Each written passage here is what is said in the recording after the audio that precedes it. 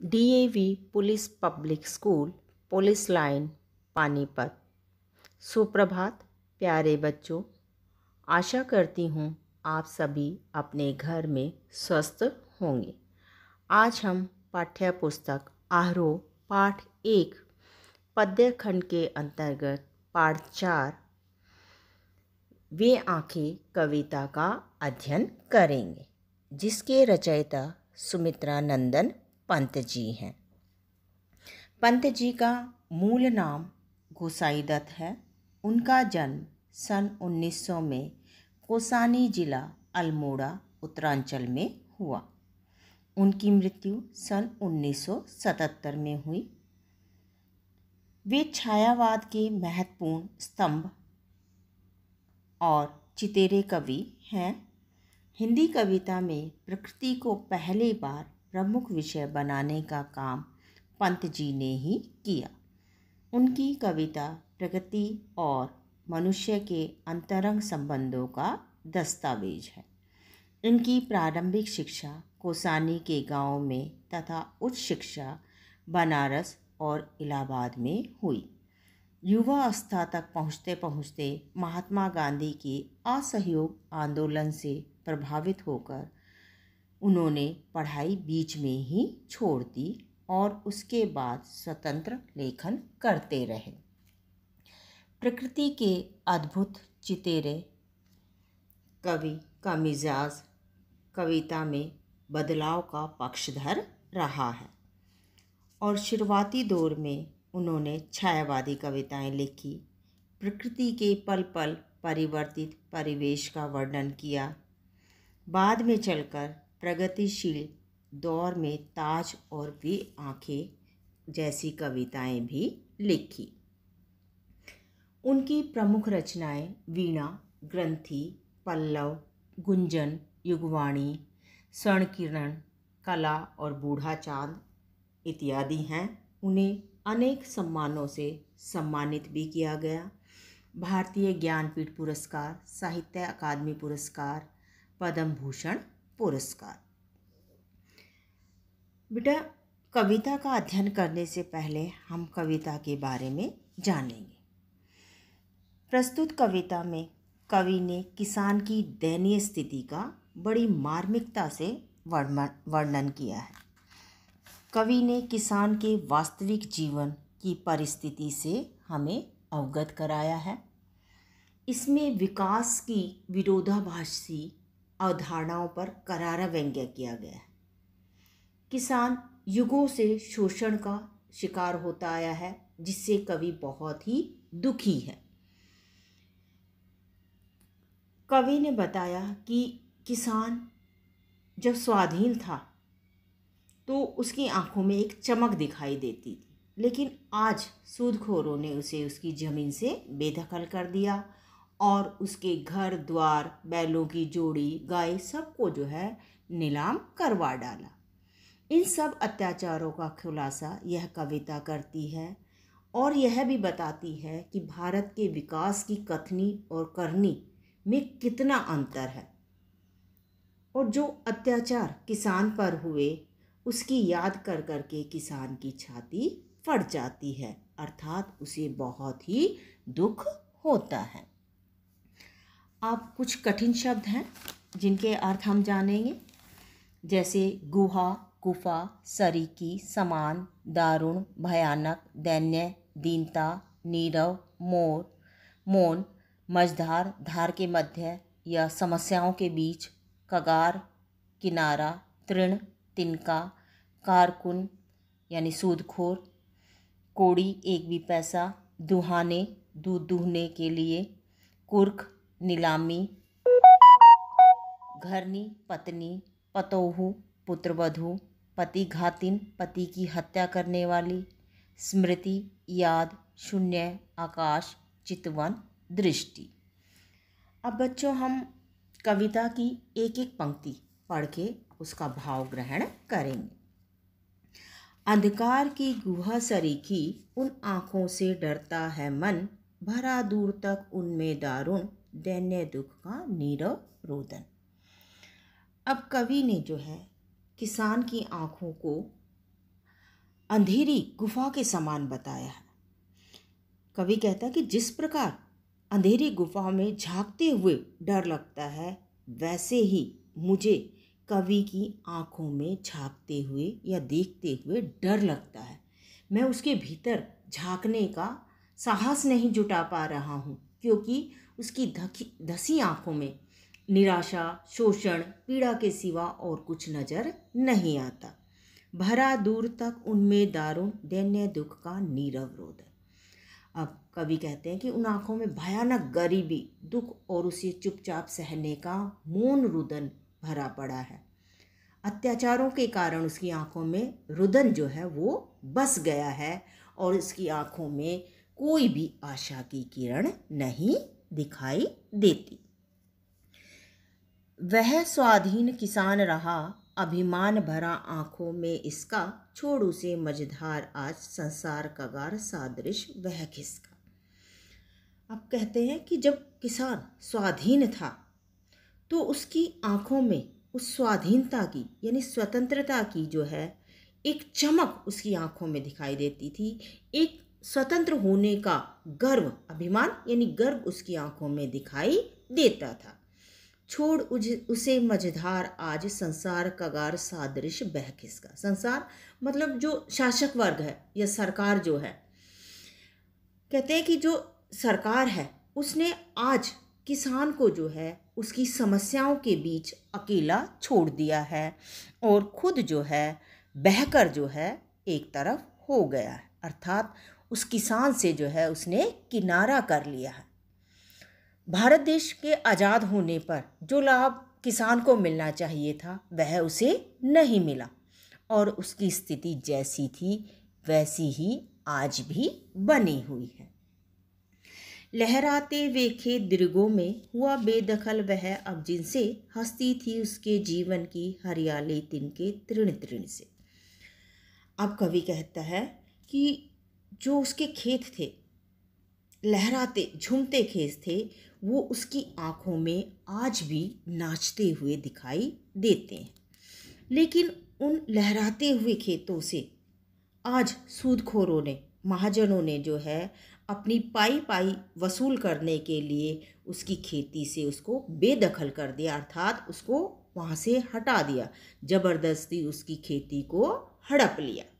हंसती थी उसके जीवन की हरियाली जिनके तृण तृण से, यानी जो उसके खेतों का एक एक तिनका था उसको जो है बहुत ही प्यारा था, वो उसके जीवन का आधार थी। हरियाली यानी यहाँ पर जो है खुशी का प्रतीक है। कहते हैं वो जो खेती थी वो उसकी जो है क्या थी, खुशी थी। लेकिन दुर्भाग्यवश आज उससे वह खुशी छीन ली गई है। इस कारण उसके जीवन में प्रसन्नता नहीं रही, दुख ही दुख जो है उसके जीवन में भर गया है। आँखों में ही घुमा करता वह उसकी आँखों का तारा, कारकुनों की लाठी से जो गया जवानी में ही मार। आँखों का तारा अत्यधिक प्यारा, कारकुन यानी सूदखोर। तो अब बताया कि जो सूदखोर थे उन्होंने जो है अपने पाई, अपना ब्याज, अपनी कौड़ी जो है वसूल करने के लिए अपने कुछ लोग भेजे और उन लोगों ने लाठी से मार मार कर किसान के जवान पुत्र की हत्या कर डाली। और उस पुत्र की जो है तस्वीर आज भी जो है कवि की आंखों के सामने जो है आती है और अपने प्रिय बेटे की वह क्रूर हत्या का जो दृश्य है आज जब प्रत्यक्ष होकर उसकी आंखों के सामने नाचने लगता है तो वो बहुत ही दुखी होता है, उसका हृदय वेदना से भर जाता है। बिका दिया घर द्वार महाजन ने, ब्याज की कौड़ी छोड़ी, रह रह आँखों में चुभती वह कुर्क हुई बर्धों की जोड़ी। कुर्क यानी नीलामी, बर्धों यानी बैलों की जोड़ी। अब वो कहते हैं कि सिर्फ इतना ही नहीं कि उसकी खेत ले लिए, उसके बेटे को मरवा दिया, अब और क्या क्या अत्याचार जो है सूदखोरों ने किए। कहते हैं अपनी जो है ब्याज की कौड़ी एक भी नहीं छोड़ी, उसको जो है वसूल करने के लिए उसने उसका घर भी बिकवा दिया और जो उसके बैलों की जोड़ी थी उसको भी नीलाम करवा दिया। और आज किसान की आंखों में जो बैलों की जोड़ी है, बार बार जो है वो जोड़ी उसकी आंखों में चुभती है, अर्थात उसकी जो है उसकी के मन में वेदना जगाती है कि किस तरह उसके बैलों की जोड़ी की जो है नीलामी करवा दी गई, और वह विवश होकर उसे नीलाम होते हुए देखता रहा। अब अगली पंक्तियां देखिए। उजरी उसके सिवा किसे कब पास दुहाने आने देती, आंखों में नाचा करती उजड़ गई जो सुख की खेती। कहते बैलों की जोड़ी तो उसने नीलाम करवा दी, उसके बाद उसके पास एक गाय थी, उसको भी नहीं छोड़ा। कहते उजरी का अर्थ तो बच्चों वैसे सफ़ेद होता है, लेकिन यहाँ पर जो है कवि ने जो है जो किसान की गाय है उसका नाम जो है उजरी है। तो कहते जो किसान की गाय थी उजरी, वो किसी को भी अपने पास दूध दूहने के लिए नहीं आने देती थी, और वह उसकी आंखों के सामने आज भी जो है वो उजरी गाय जो है नज़र आती है, और उससे जो है उसके सारे अधिकार छीन लिए गए। यह आंखों में नाचा करती उजड़ गई जो सुख की खेती। सुख की खेती मतलब जो उसकी उजरी गाय है, उसका बेटा है, उसकी बैलों की जोड़ी है, उसकी खेती है, ये सब जो है उसकी प्रसन्नता के, उसके सुख के आधार है, जो आज उजड़ गए हैं, अर्थात उससे सारे जो है अधिकार छीन लिए गए हैं, और वो आज भी किसान की आंखों में नाचा करते हैं। अर्थात एक एक जो है चीज़ें जो है कवि को किसान को याद आती है, और उसके जीवन को आघात यानी जो है वेदना पहुंचाती है। अब किसान बिल्कुल अकेला रह गया है, उसको समझने वाला कोई भी नहीं है। बिना दवा दर्पण के घरनी स्वर्ग चली, आंखें आती भर, देख रेख के बिना दूध मुई बिटिया 2 दिन बाद मर गई। अब कहते हैं कि जो किसान था, जो महाजन था, सूदखोर था, उसने जो है जब सब कुछ उसका नीलाम करवा दिया तो उसके जीवन में दुख विपदा की घड़ी जो है आ गई, और परिस्थितियां विपरीत होने के कारण और धन के अभाव के कारण उसकी पत्नी जो है दवा और उपचार के बिना मर जाती है, और दुधमुई यानी उसकी छोटी सी बच्ची जो अभी जो है छोटी सी है बिल्कुल, कहते हैं कि माँ के मरने के बाद उसका जो है उचित पालन पोषण नहीं हुआ, और 2 दिन के बाद वह भी मर जाती है, और इस प्रकार जो है यातनाएं यानी जो है दुख उसे घेर लेते हैं। घर में विधवा रही पतोऊ, लक्ष्मी थी यद्यपि पति घातिन, पकड़ मंगाया कोतवाल ने, डूब कुएं में मरी एक दिन। वो बताते हैं कि पतोऊ की जो है मृत्यु कैसे हुई। पतोऊ यानी बेटे की बहू, पुत्रवधू। तो कहते घर में जो है अब पुत्रवधू बची थी जो लक्ष्मी के समान थी, लेकिन लोग जो है उसे पति घातिन यानी जो है पति की हत्या करने वाली मानते थे। एक दिन कोतवाल ने उसे थाने में बुलवाया और उसके साथ दुर्व्यवहार किया, जिससे वह अपने आप को अपमानित समझने लगी और कुएं में डूबकर अपनी जान दे देती है। अब किसान अपना सर्वस्व खो देता है और बिल्कुल अकेला रह जाता है। उसके जीवन में दुख ही दुख यानी अंधेरा ही अंधेरा छा जाता है। खैर पैर की जूती जोरू ना सही एक दूसरी आती, पर जवान लड़के की सुध कर सांप लोटते फटती जाती। अब इन पंक्तियों में जो है कवि बताते हैं कि उस समय जो है लोगों के मन में जो है स्त्री के प्रति कैसी जो है रूढ़िवादी विचारधारा थी, वो उसको महत्व नहीं देते थे।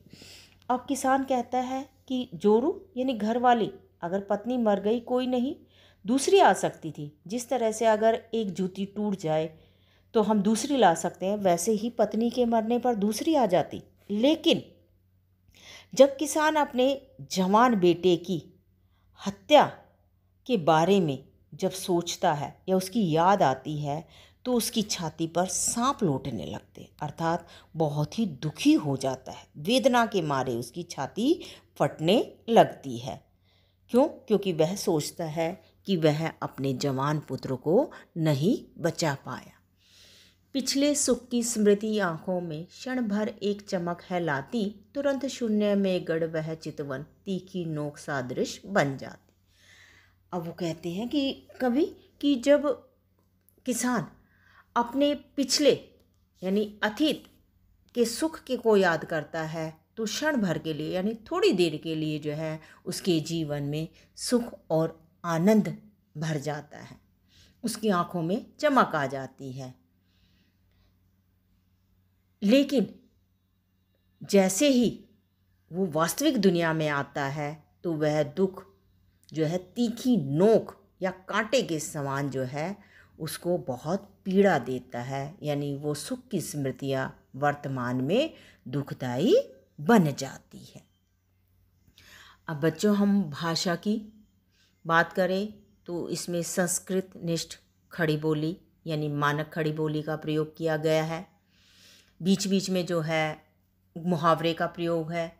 आँखों में ही घूमा करता यानी बार बार नजर आना, आँखों का तारा अत्यधिक प्यारा होना, आँखों में चुभना, नजर आने पर कष्ट होना, आँखों में नाचना, बार बार याद आना, आँखों में भरना यानी मन दुखी होना, पैर की जूती होना, महत्व ना देना, सांप लौटना, मन में बेचैनी होना, दुख उत्पन्न होना, छाती फटना, अत्यंत पीड़ा होना।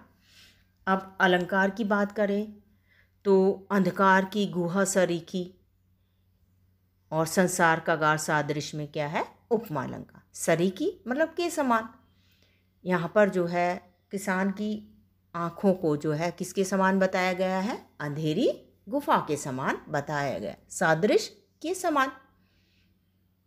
अब जो है किसान को कगार यानी किनारे के समान और संसार क्या है यहाँ पर शासक के रूप में। पुनरुक्ति प्रकाश, आपने बच्चों पुनरुक्त शब्द पढ़े हैं। वैसे ही जब एक शब्द दो बार आता है तो अलंकार में उसे हम पुनरुक्ति प्रकाश अलंकार कहते हैं। जैसे तृण तृण रह रह में क्या है पुनरुक्ति प्रकाश अलंकार। अनुप्रास, दैन्य दुख, घर द्वार, कोड़ी छोड़ी, उजरी उसके, किसे कब, इसमें क्या है अनुप्रास अलंकार।